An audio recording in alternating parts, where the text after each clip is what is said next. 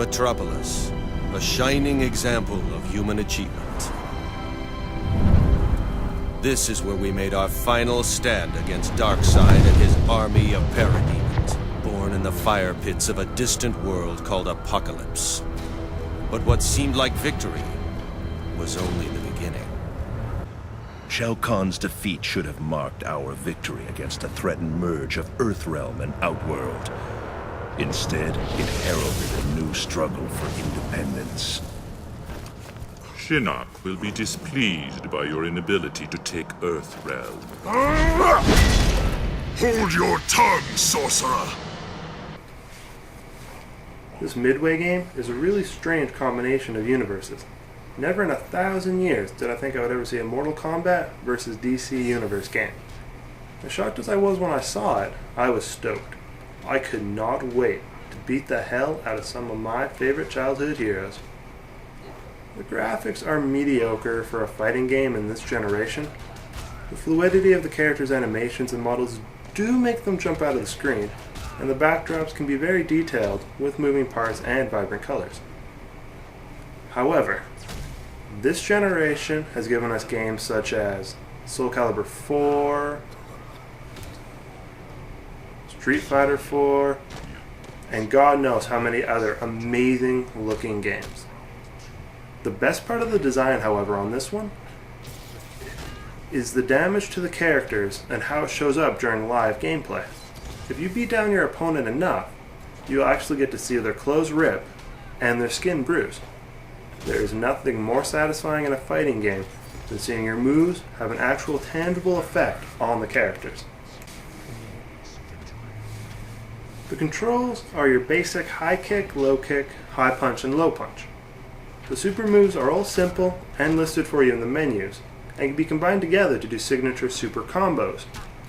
In the hands of a skilled gamer, you can pull off some really intense moves, like a double teleport attack, or throw multiple projectiles at your opponent. But some of the timing on some of these super combos is really hard for any ordinary gamer to get a grasp on. There's also a mode called Close Combat that brings the camera up close to the action and gives you a chance to do some serious damage by stringing together the right button pushes. As long as your opponent doesn't match your inputs, you will own their ass. They also have two modes called Freefall and Test Your Might, which are used to transfer between the levels of the stage. Also, if you're stuck against a strong opponent, you will have something called a Rage Meter. Now this is kind of a staple nowadays in fighting games to kind of even out the skills. When charged, you can release your rage and do more damage, as well as become immune to knockback. However, you do still take damage, so while it does help you in a pinch, you should not completely rely on it. The fighting is fun and easy to jump right into, which makes it a pretty good party game for any fan of the series. The Freefall and Test Your Might modes are a neat way of doing stage transitions, and the Close Combat mode does add some variety to the fights. But the lack of levels and characters does damage the game's replayability. After you beat all the modes, there's little reason to go back, save for a party, or showing off how you can make the Joker and Superman his ass. The online mode is also very weak. There's a lot of lag and not a lot of people are playing it.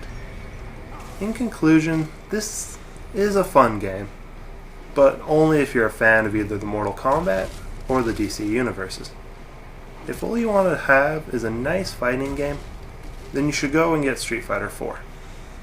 The story mode in this is throwaway, which is a staple in most fighting games, but this one is a little more throwaway than the others. You can play through as either side, and it just explains what's happening from either side's viewpoint. This is a mediocre fighting game wrapped up in a nice, pretty fanboy wrapper. Anybody who's a fan of Mortal Kombat will not like the watered-down violence, and any fan of the DC universe will probably have a pretty hard time seeing Superman lose against Joker in a fist fight. But it is a good play if you can look past its shortcomings. Now I have to warn you, this next part of the game I'm about to show you may just have you questioning the morality of mankind itself.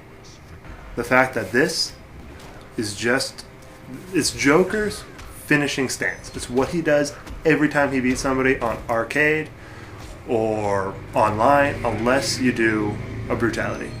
Okay, now watch this. Oh my God, they're evil. Let's watch it again. Notice how he tiptoes? That, why would you have him do that? I know he's evil, but let's watch it again. The Joker wins. God, that's just mean.